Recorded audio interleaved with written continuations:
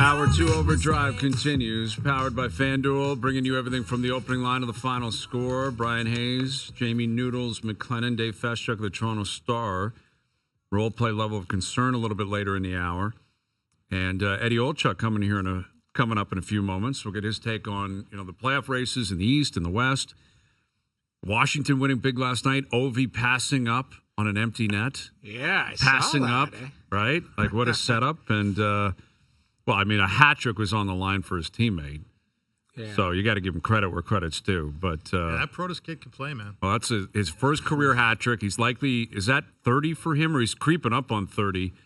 And that's the beauty of Ovechkin. Like he's so excited when teammates score. Yeah. Like it's amazing that he scores, he's excited, but when his teammates score, he's equally as excited. And this was kind of a layup for him, and that's what you have to do. You're the captain of the team. You've literally scored 895 goals or whatever in your career, 85 goals in your career. You got to hook up the kid. I know, you but have what if he misses it this year by one goal? All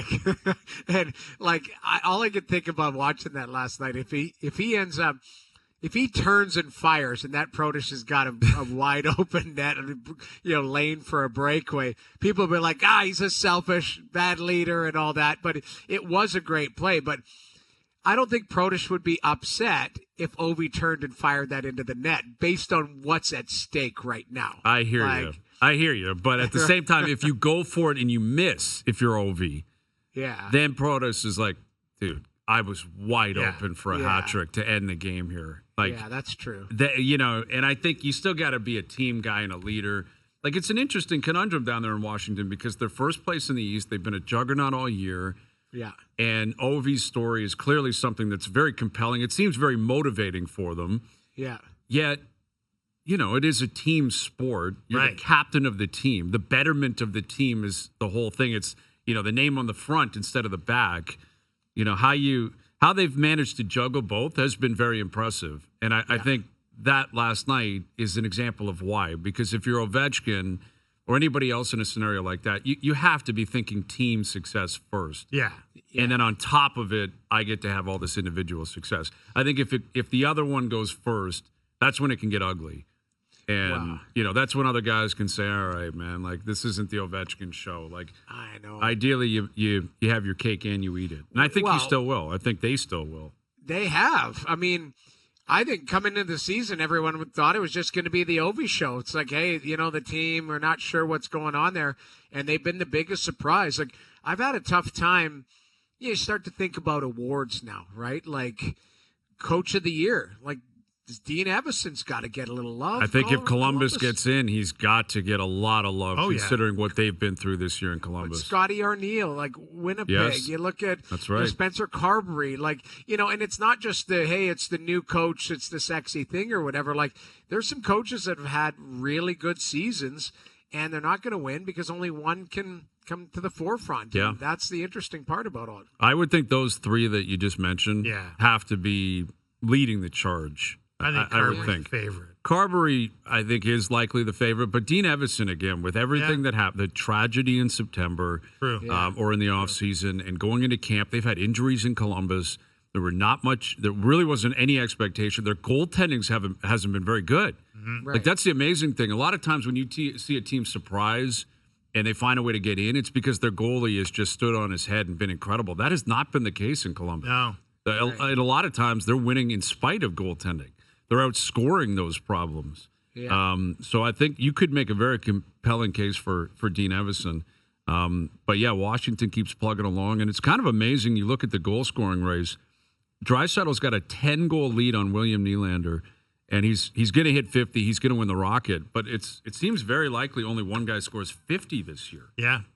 Which is kind of deviating from what's happened in the past. And here's a guy that knows what it's like to score goals, and a lot of them in the NHL. Here's longtime NHLer, former Leaf, our buddy from the NHL on TNT. Here's Eddie Olczyk joining us here on the Maple Toyota Hotline.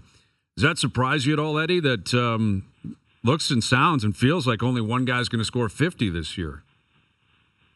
Well, good day, guys. Thanks for having me. Always great to jump on with you all. I guess, Brian. I mean, you think about, the league and, like we talked before about, the National Football League and really, tightening up the rules and opening up the game to, to lend to more offense. I don't think that the league has certainly done that, but, sometimes it goes in cycles and what have you. And I would agree with you. I was looking at it the other day and it, sure smells like there's only going to be one guy that hits the 50 mark now. I mean, you can get any of the guys sitting, 2, 3, 4, 5, and know that some of those guys can get, 8 and 5 or 10 and 6 or whatever, and then all of a sudden they're pounding on a door. So, and the lead that obviously Draisaitl is pretty darn impressive. So yeah, I mean, I am a little bit surprised, but as Jamie could tell you, I mean, the goaltending in this league, for the most part, is pretty darn good. And you get to this time of year, it sure has seemed to me, at least, watching a lot of games and doing. And I was in Philly on the weekend for Jersey Flyers. I mean, Utah tonight. What a game and what a season they've had. I mean, they're only 3 points out of the playoff spot in the Western Conference.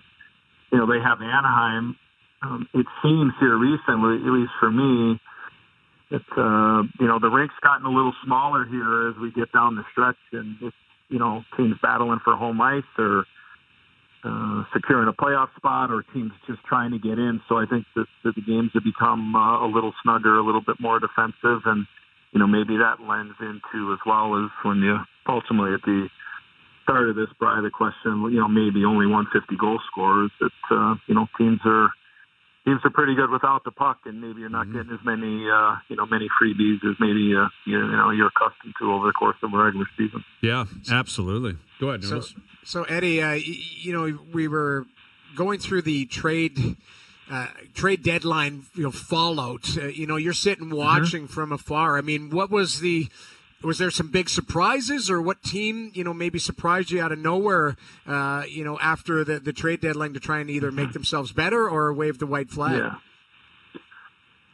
Well, I got to go back, Noodles.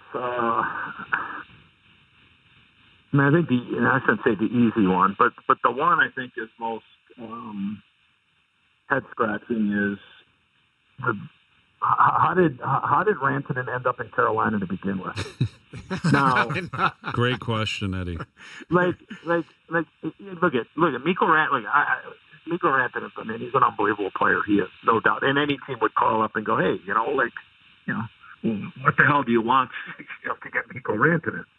But knowing the situation, knowing the contract, and, Marty Necas is he's a pretty darn good player. Look, there were talks last year. Remember Vancouver and Carolina were talking about Necas, and I think Pettersson was a part of that. And then all of a sudden, like 3 days later, Pettersson got the $88 million extension or whatever. So, I mean, if you're going to make that call, I would want to know, would you sign an extension with us? If it's maybe, if it's no, if it's I'm not sure, and you still want to bring them and use them as a rental, I'm okay with that.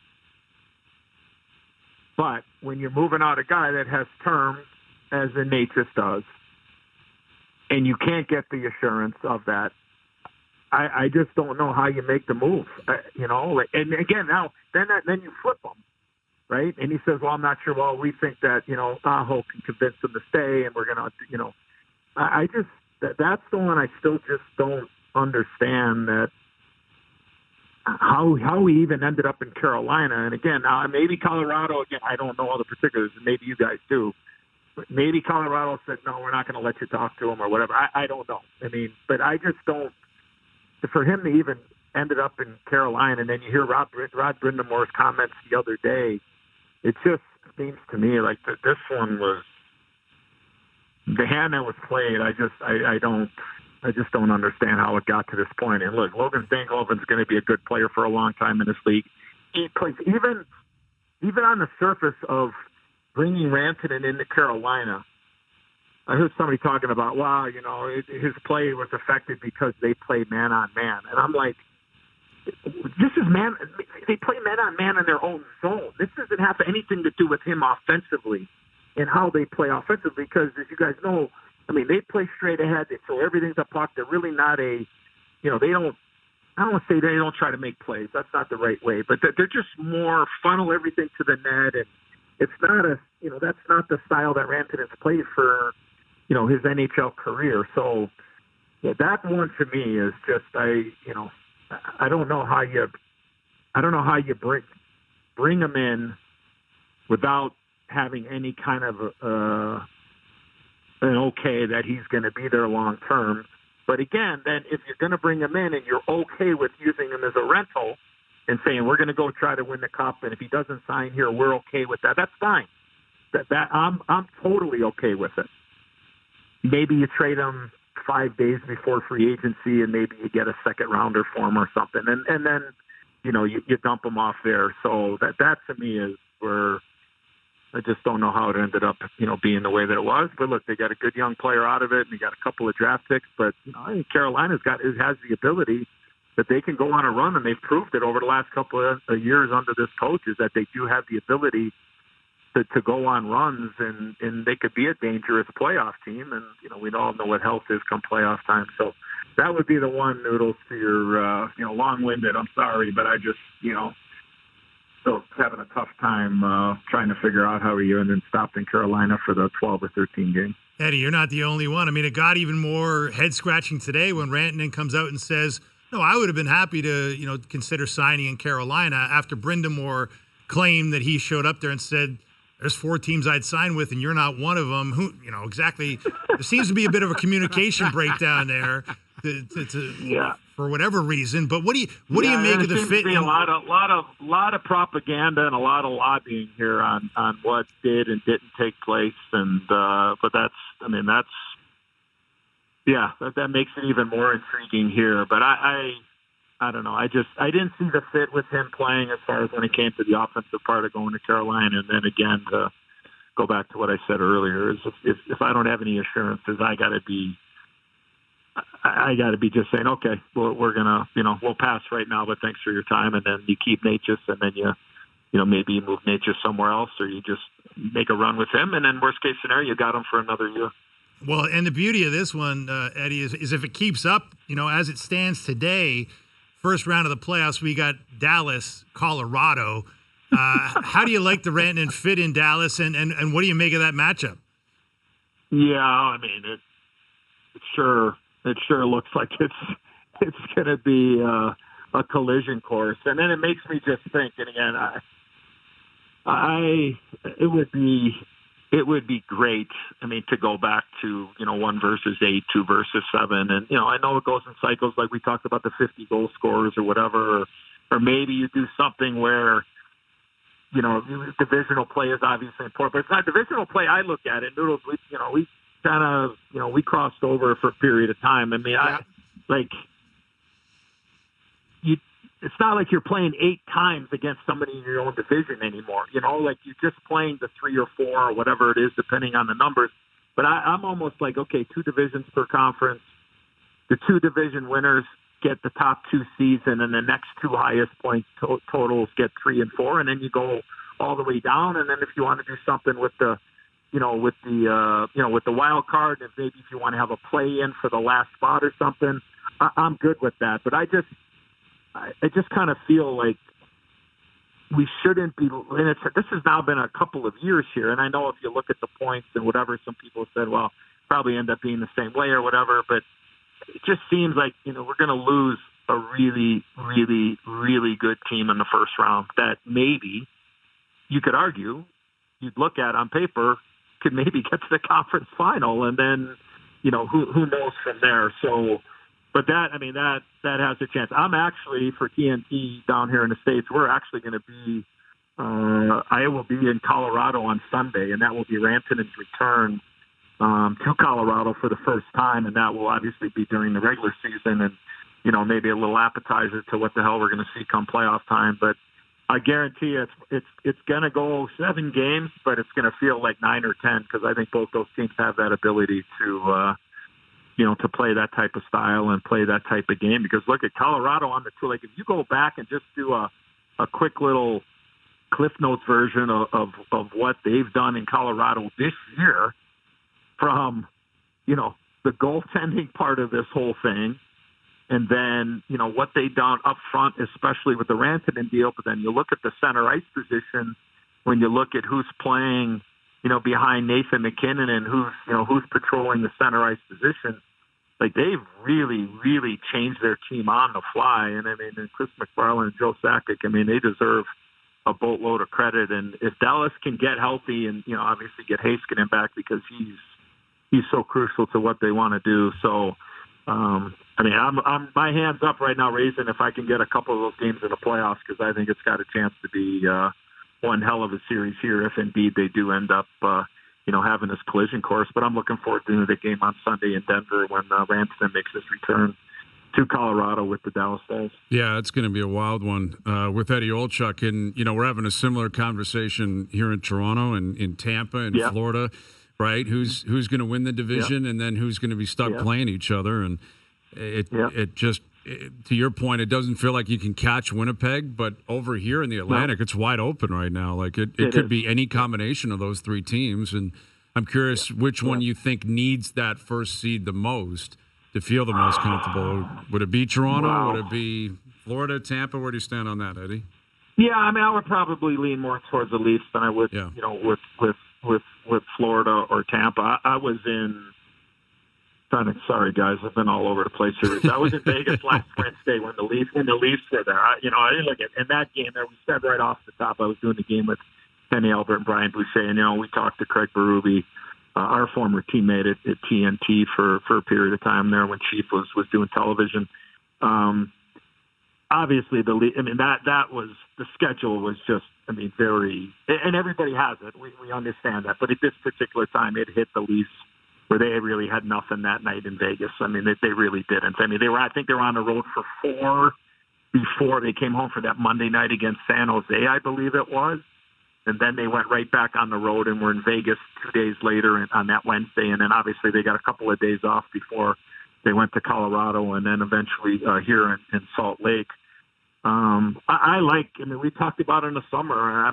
My expectations for the Leafs, and you see what they did at the deadline, and there's no reason why they can't make a run. I still believe that. I do. And again, but it does come down to matchups. If you can win the division and you can, and you can avoid, and there's no other way to say it. I mean, you can avoid Tampa or Florida in the first round. You probably like that. No, there's no guarantee. I mean, they get Ottawa in the first round. I mean, that's going to be, Jamie, that. Can't ask for anything better than that. That could easily go 7 games. I mean, that's just the way that it is. But they're going to get in. But Florida, Tampa. I mean, all due respect to the Maple Leaf fans in Toronto. Like, could you imagine considering what Tampa's done and Florida's done here, and all of a sudden, welcome to the playoffs, and you're going to play the defending Stanley Cup champion or a team that's won the Cup here twice in the last 5 years or whatever it is for Tampa. And then, we're going to, somebody's going to be at home, probably way earlier than they ever thought. But it just makes for great theater. So between the three, I would say it would obviously be much more beneficial, in my opinion, for the Leafs to somehow find a way to win the division and then take their chances from there. But I give them every chance because I do like their team, and I think the world of Craig Berube as a coach, and we'll see how it all plays out. And I do like the additions at the trade deadline that Brad made as well on the back end and up front at the center ice position with Lawton and Carlo, respectively. Eddie, one of the areas of concern in Toronto, obviously, along with the fact Chris Tanev's still out, a linchpin defenseman, is obviously Austin Matthews, right? I mean, he's got 3 goals in his past 15 games. He's 4th on the team in goal scoring. I mean, you're a guy who's led the Maple Leafs in scoring more than once. I mean, what are you seeing when you look at Matthews that differentiates the 69 goal scorer of last year to the guy who's on pace for about 30 this year? No, it happens. The guy, he gets chances. I mean, just even go back to the Four Nations and the championship game there, obviously against Canada. I mean, he had a couple of different chances in overtime to win it, and it just seems like he gets chances there. I mean, for the most part, again, like I'm not watching every second of every Leafs game, but I like to think I do watch more than enough to have a pretty good feel. And I mean, even talking to Craig Berube last week, talking specifically about Austin is just like again, I'm breaking down coach speak. Is that he's been pretty happy with the chances. He just hasn't been able to, finish like he has in the past. And it's going to happen. I mean, the guy had 69 last year or whatever the number was. And it's just, it's going to happen. And as long as you are, and I know it's kind of an old saying, I remember my late mother, kind of telling me, when I was a young boy and maybe I didn't score maybe for, a couple of games. And, she'd always say, well, you're getting the chances. And, it's when you don't, then you got to start worrying. I'm like, okay, thanks, Mom. And I would try to remember that when I was playing in a National Hockey League, where you go, sometimes you go 4 or 5 games and you wouldn't score, but if you knew that you were getting the chances and you were doing it well, I mean, his 200-foot game is like, I think he's just turned into a terrific player. And but look, for the Leafs, they're going to let's just cut to the chase. Like, come April, like, the big boys got to show up. There is absolutely no doubt about it.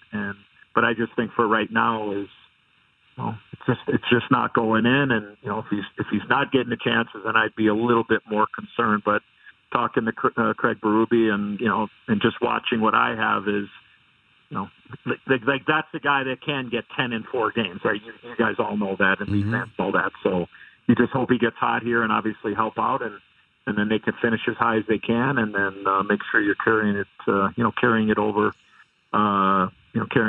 into the playoffs. So Eddie, we were talking before you came on about how it's so jammed up on both sides. I mean, as far as playoff spots, we talked about the potential first round matchups, but if you had a crystal ball, I mean, who do you like on either side? Who do if I had to say to you, Utah, St. Louis, Calgary, Vancouver, all for that one spot. I mean, that's those are teams. It's almost like they're trying to, like, you take it. I don't want it.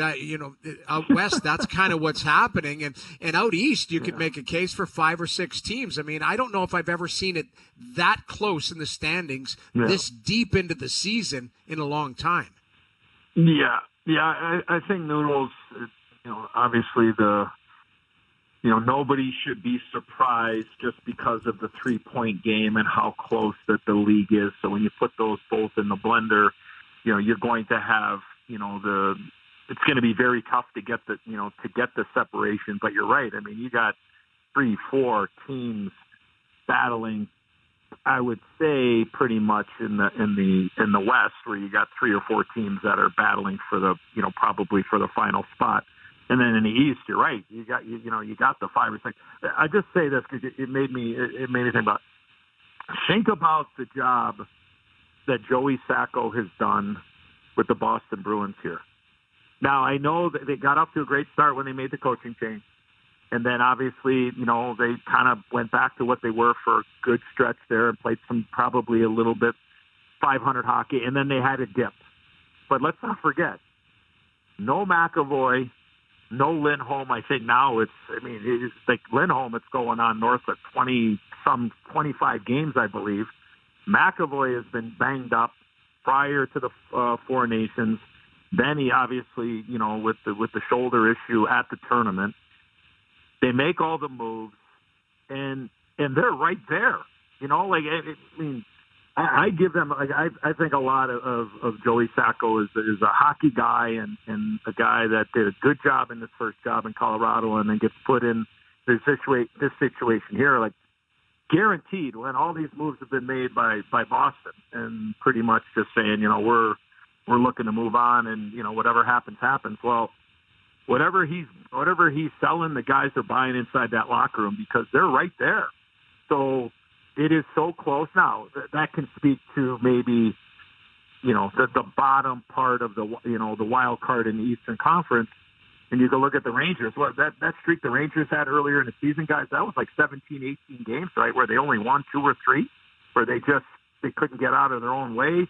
but they've kind of found their game and they're back, and it looks like Shesterkin has kind of, found their game here. I know they blew that game the other day in Ottawa, right? They had it 3-1 lead, I think, in the third, if I'm not mistaken, and they end up losing. I think Brady got the OTGWG. So I'm not surprised, but when you look at maybe a couple of the teams and the swoons that they've had, or maybe the sell-off, you sit there and go, like, I would hope that most hockey people would sit there and look at the standings and go, how in the hell are the Boston Bruins only 4 points out? Like, now, the last time I looked, I think it was yesterday or this morning, I can't even remember.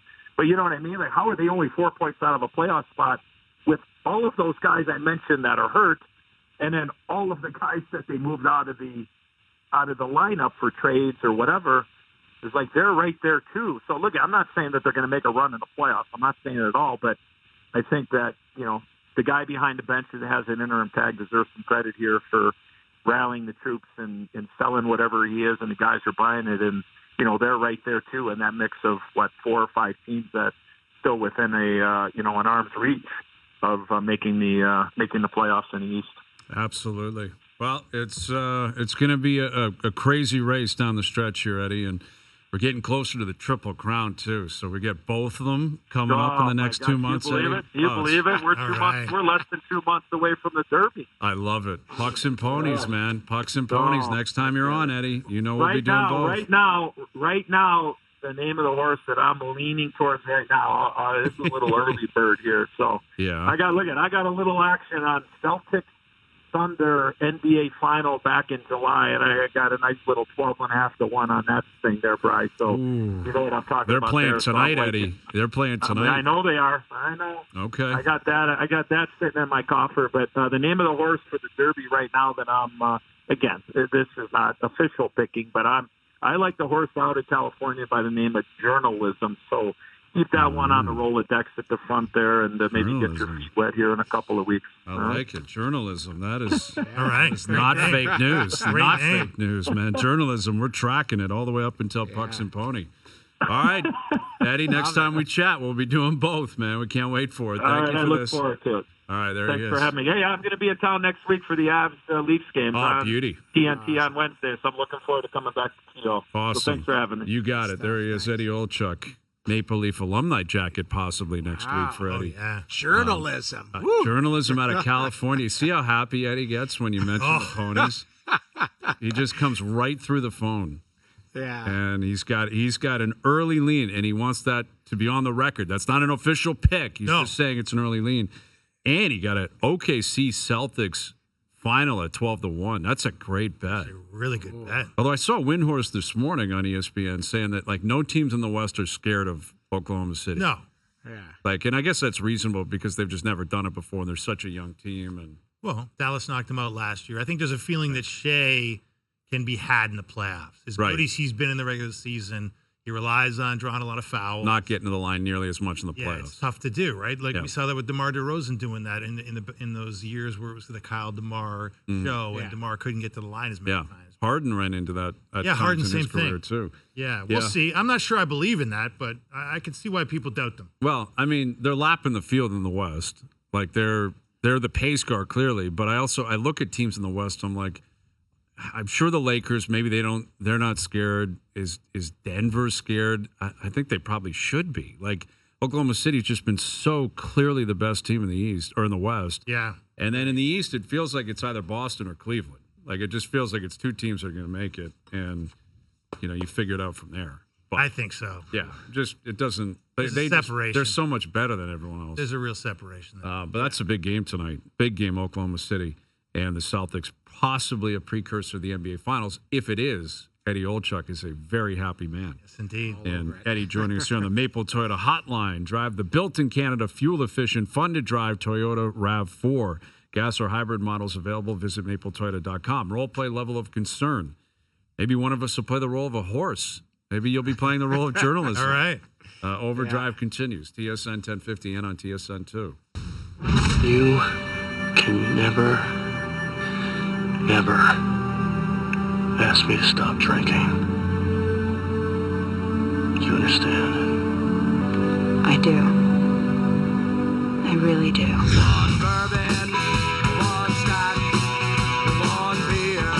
right, role play level of concern. We haven't played this in a while. It's always fun.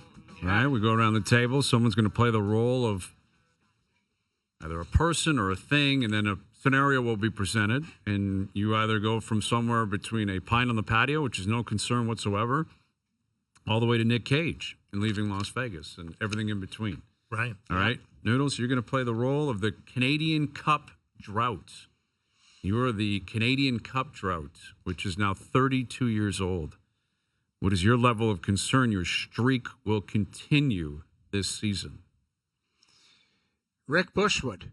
6 Busch Light, 6 Bud Light, and I love them, tall boys. So I'm not Nick Cage, but I'm not a pint on the patio. Yeah.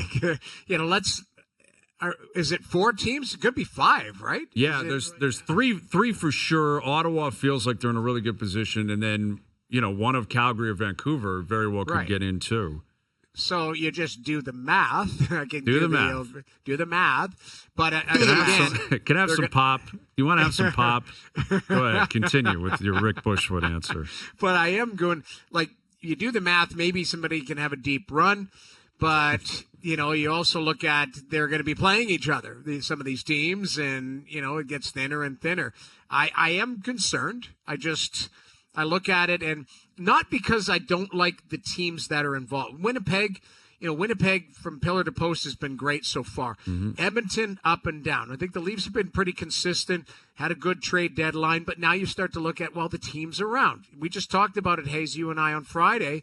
The teams around Edmonton got better. The teams around the Leafs got better. The teams around Winnipeg, and then, whether it's Ottawa, Calgary, or Vancouver, those teams are in a different spot than the other three. So that's my biggest concern, and that's why I said I'm more Rick Bushwood as opposed to a pint on the patio. Yeah. And, a 6-pack. Well, that's just not feasible, not in this country. I think it's a lot closer to Nick Cage than pint on the patio, personally. Oh, yes. Right. Because I am concerned, the Leafs' recent play is concerning who they could play in the first round. The Oilers' recent play is very concerning to me. They look flustered, man.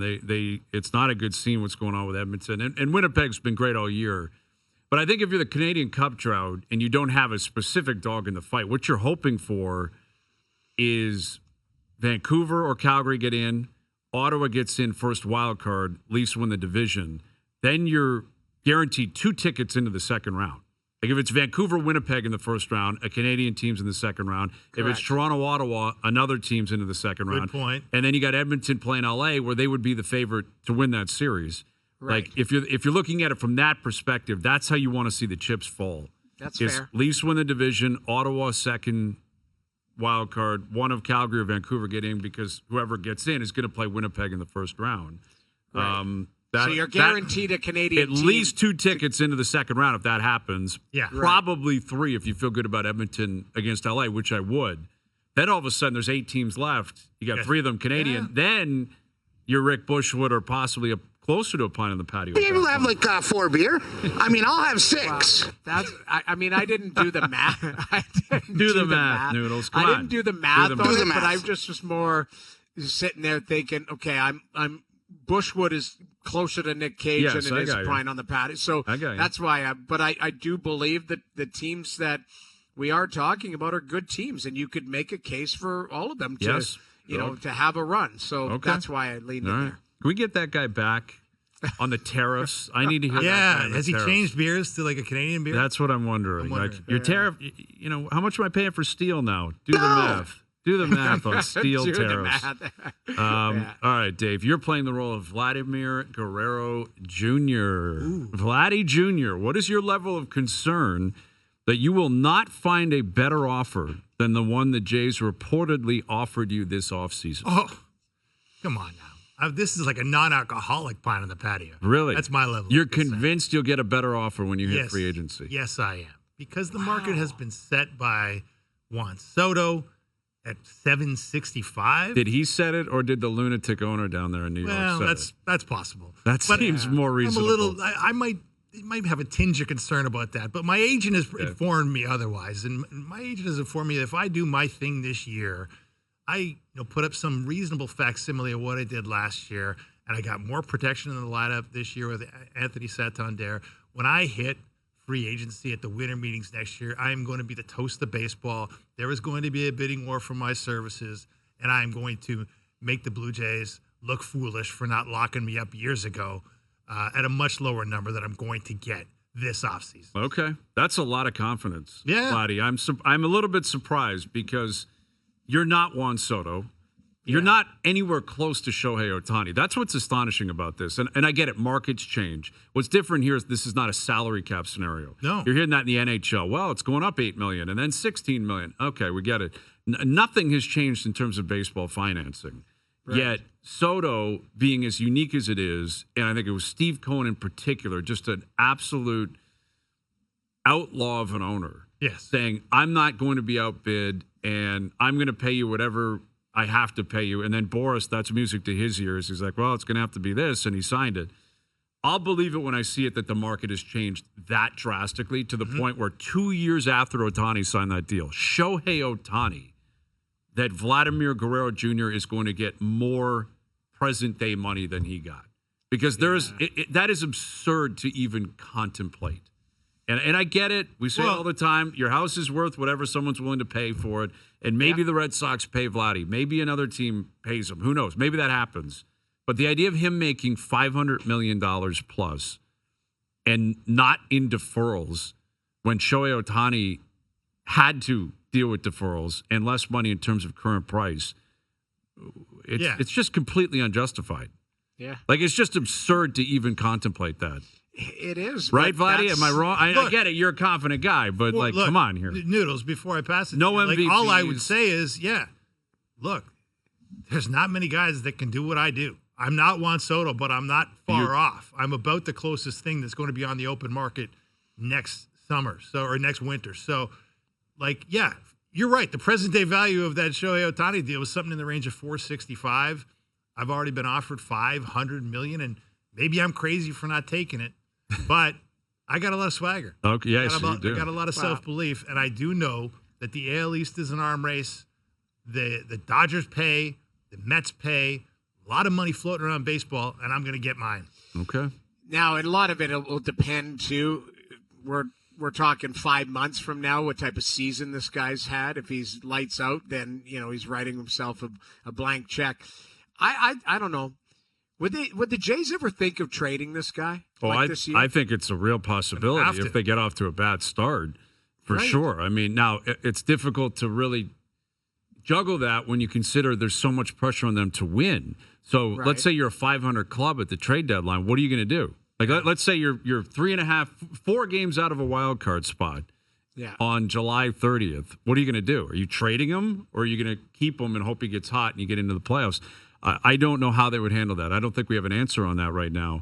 But I think you bring up a very important point, that if we're talking this type of money, he has to have a great season. Yeah. It can't be good, or he's not getting $500 million. Like, there's no chance. I get you're 25, you're a free agent, you're going to be the best guy available. You still have more to go in terms of even getting into your prime. Maybe you're in your prime now. But if he hits 25 home runs and has a 800 OPS, plays 145 games, playing first base, looking like he's transitioning to a DH, there is no chance he's getting $500 million. You're right. Like, 0% chance. So there is pressure on him to perform. And I'm curious how he's going to handle that. Like, he doesn't seem like a guy that would be affected by pressure, but he's never been in a position here where what adds to the fact that you got to go earn it is that you turn down something already. Yeah, like some athletes are like, all right, you don't want to pay me? Fine, watch this. I'm going to go show you. The Jays are like, here's about $500 million, and you said no. Yeah. So now you're risking the Jays 2 or 3 months in saying, we're rescinding this. It's off the table. Oh, yeah. Like, and then what do you do? If you start slow. Yes. And look, you're right. Like, this guy, he's had his inconsistencies. But I think the point that's being made out of camp this year, and this is an optimistic point, and this is the very Vladdy-friendly point, is that this guy has a renewed professionalism. He's aware of the fact that, he's shown up in maybe less than great baseball shape in the past, but he's committed to making him the best Vladdy possible. And I think that's a scary thought. Yeah. for the rest of the league. Yeah. It's a positive for the Blue Jays this season. Huge positive. Yeah, and if you're a Blue Jay fan, you're rooting for him to have a great season. And then hopefully cooler heads prevail, find a way to sign him. I'm not sure that's going to happen. We're talking about $500 million. It's Yes. absurd amount of money. Absurd amount of money. Yeah. And I don't know. I thought I read a quote where Josh Allen said that he could have got more, but he's like, it's fine. And like, to me, I don't know. I just, at some point, is there any athlete that just is like puts his hand up and go, I'm happy with what was, we came to an agreement that worked for both sides. I'm happy. That's it. Like, I feel like I haven't seen that recently.